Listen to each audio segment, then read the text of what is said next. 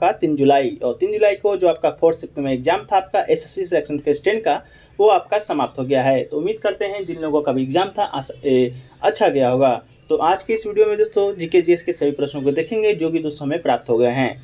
तो दोस्तों आपको किसी प्रकार की कोई समस्या होता है, अगर आपको इसका पीडीएफ चाहिए होता है, या आपका 4 या 5 तारीख को एग्जाम है, तो आप हमें मैसेज कर सकते हैं। तो चलिए दोस्तों शुरू करते हैं पहले आज का ये वीडियो। पहला प्रश्न देखने को मिल रहा है दोस्तों, वो आपका आया था कि शेरशाह सूरी है, शेरशाह सूरी का मकबरा कहाँ स्थित है। तो शेरशाह सूरी जो कि दोस्तों भारत में सूर्य समाज का संस्थापक था, जिसने कन्नौज के युद्ध में या बेलग्राम के युद्ध में हुमायूं को हराया था। यह प्रश्न आपका सेकंड शिफ्ट में आया था। तो उसी शेरशाह सूरी के बारे में आपका 4th शिफ्ट में आया है कि शेरशाह सूरी का मकबरा कहाँ स्थित है। तो दोस्तों शेरशाह सूरी का मकबरा बिहार के सासाराम में स्थित है। तो कहाँ स्थित है दोस्तों? सासाराम में, जिसका निर्माण 16 अगस्त 1545 ईस्वी में पूरा हुआ था। मकबरा सम्राट शेरशाह सूरी बिहार के पठान की याद में बनाया गया था, जिसने मुगल साम्राज्य को हराया और सूरी समाज की स्थापना की थी उत्तर भारत में। रबी अल उल एच 152 या 23 मई 1545 ईस्वी को 10वें दिन कलिंजर के किले में एक आकस्मिक बारूद विस्फोट में इसकी मृत्यु हो गई थी। किसका? तो शेरशाह सूरी का। तो दोस्तों शेरशाह सूरी जिनका जो मकबरा है बिहार के सासाराम में आपका पड़ता है। बिहार से रिलेटेड भी दोस्तों आपका सेकंड शिफ्ट में प्रश्न आया था कि बिहार का कुल क्षेत्रफल कितना है। तो दोस्तों बिहार का जो क्षेत्रफल है आपका 94,163 किलोमीटर स्क्वायर आपका बिहार का क्षेत्रफल था। ये सही प्रश्न आपका सेकंड शिफ्ट में आया था। तो बिहार का जिक्र हुआ, तो बिहार के क्वेश्चन को देख लिए। चलिए दोस्तों अगला आया था आपका कि जो बंगाल का शोक किस नदी को कहा जाता है। तो बंगाल का शोक की बात करें दोस्तों, तो ये आपका दामोदर नदी को बंगाल का शोक कहा जाता है। आपका ऑप्शन में गंगा, ब्रह्मपुत्र, दामोदर, कृष्णा ये सब नदी का ऑप्शन दिया गया था, जिसमें दोस्तों आपका जो दामोदर नदी था आपका बिल्कुल सही आंसर था।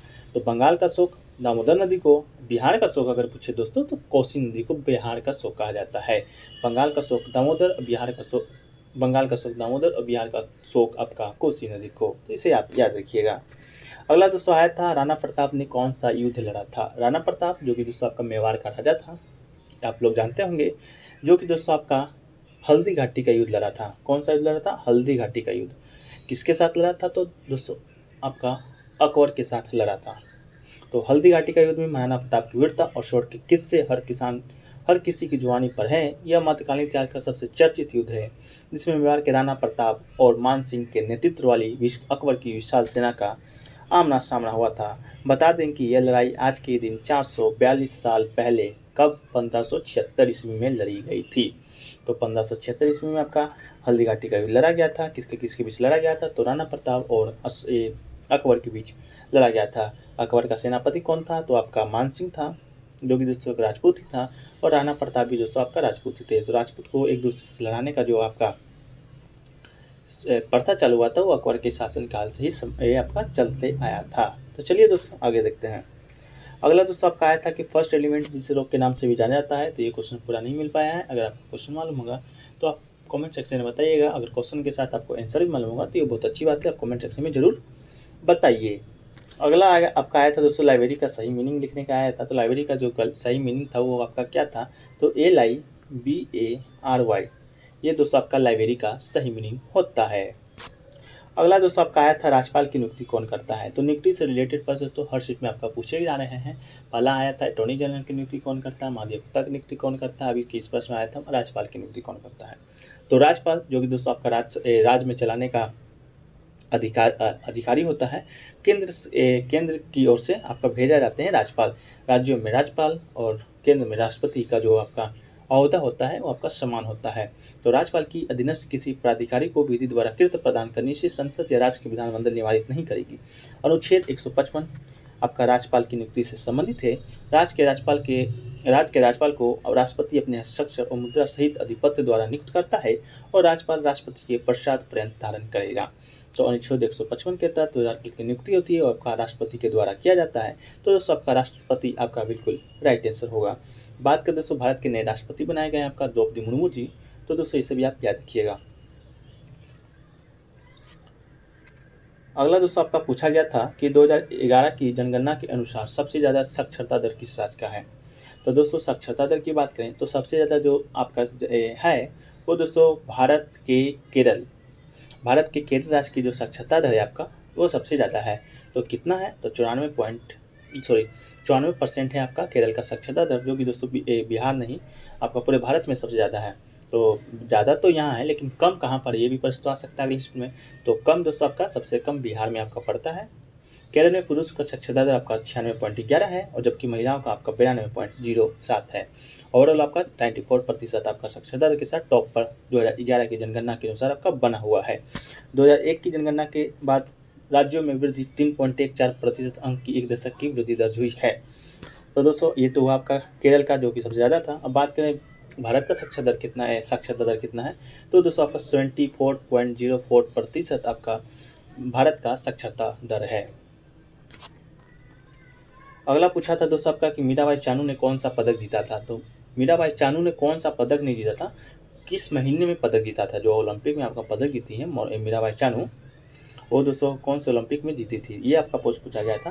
तो चीन की होई जिऊ ने कुल 210 किर्गा स्नेच में 94 किलो किले ने 116 किलो से टोक्यो 24 जुलाई भाषा मीराबाई चानू ने ओलंपिक में भारोत्तोलन स्पर्धा में भारत का 21 साल का इंतजार खत्म किया। तो दोस्तों आपको आंसर मिल गया होगा। जुलाई महीने में दोस्तों मीराबाई चानू ने ओलंपिक 2021 में खेला गया था, उसमें आपका पदक जीता था। तो कब, 24 जुलाई को। तो जुलाई मंथ जो हमारे होंगे बिल्कुल सही होगा। 49 किर्गा में 49 kg की स्पर्धा में रजत पदक जीता था, आप देख सकते हैं। तो टोक्यो ओलंपिक 2020 जो हुआ था, उसमें आपका मीराबाई चानू जो कि आपका खाता खोली थी पहला पदक जीत के। कौन सा पदक, तो रजत पदक। तो भारत ने कितना पदक जीता, तो दोस्तों भारत ने आपका कुल 7 पदक जीता था टोक्यो ओलंपिक 2020 में। इसके अलावा दोस्तों कि टोक्यो ओलंपिक की रजत पदक विजेता मीराबाई चानू ने दोस्तों महिलाओं की 49 किर्गा भारोत्तोलन स्पर्धा में 2022 राष्ट्रमंडल खेल में भारत का पहला स्वर्ण पदक जिताया है। तो ये आपका दोस्तों करंट का न्यूज है, जो कि आपका कॉमनवेल्थ गेम हो रहा है। कहाँ हो रहा है, तो बर्मिंघम में शायद हो रहा है। तो वहाँ पे दोस्तों आपका 2022 का जो राष्ट्रमंडल खेल है, आपका वहाँ भी जो मीराबाई चानू है आपका भारोत्तोलन में पहला स्वर्ण पदक जीता था। वहाँ आपका रजत, लेकिन राष्ट्रमंडल खेल में आपका स्वर्ण पदक पहला जीत के खाता खोला है। तो इस बात को भी याद रखना। अगले शिफ्ट नहीं, जिनका भी आगे आने वाला एग्जाम है, रेलवे ग्रुप डी हो गया, आपका ये SSC GD वगैरह, तो उसमें आपको पूछा जा सकता है। अगला पूछा था दोस्तों पृथ्वीराज चौहान ने किसको ट्रायन के युद्ध में हराया था। तो पृथ्वीराज चौहान की सेना ने 1191 ईस्वी में ट्रायन का प्रथम युद्ध में गुरिंदा को हराया था। गुरिंद राजा मोहम्मद गोरी को दोस्तों हराया था, जिसका मूल नाम मुइजुद्दीन मोहम्मद बिन शाम था, जो कि युद्ध में गंभीर रूप से घायल हो गया था, गजनी लौट गया था, अपनी बदला लेने को तैयार था। तो 1191 के युद्ध में दोस्तों आपका पृथ्वीराज चौहान है जो कि मोहम्मद गोरी को हराया था। लेकिन दोस्तों 1 साल बाद 1192 ईस्वी में आपका फिर से मोहम्मद गोरी आपका आता है, ट्रायन का युद्ध लड़ता है और पृथ्वीराज चौहान को हरा देता है, ताकि उसका सत्ता को समाप्त कर देता है। तो दोस्तों 1191 में पृथ्वीराज चौहान ने हराया था, लेकिन 1192 आपका मोहम्मद गोरी ने हराया है। अगला दोस्तों विटामिन से कुछ प्रश्न आया था। तो विटामिन से रिलेटेड प्रश्न तो मिल नहीं पाए हैं, लेकिन आप कमेंट सेक्शन में जरूर बताइएगा जिनको भी याद होगा। तो विटामिन को देख लेते हैं कि विटामिन क्या है।